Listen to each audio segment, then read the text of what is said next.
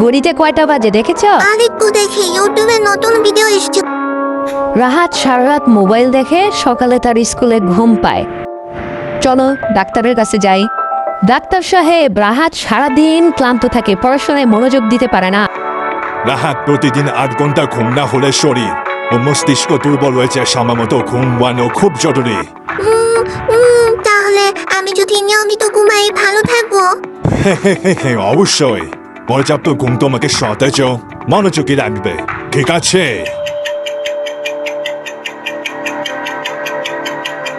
রাহাত এখন সময় মতো ঘুমায় এবং সময় মতো ঘুম থেকে ওঠে। দেখো আজ তুমি কতটা সতেজ। হ্যাঁ মা, এখন আমি বুঝেছি সময় মতো ঘুমানোই আসল শক্তি। পর্যাপ্ত ঘুম জরুরি। ঘুমই শরীর ও মনের শক্তির উৎস।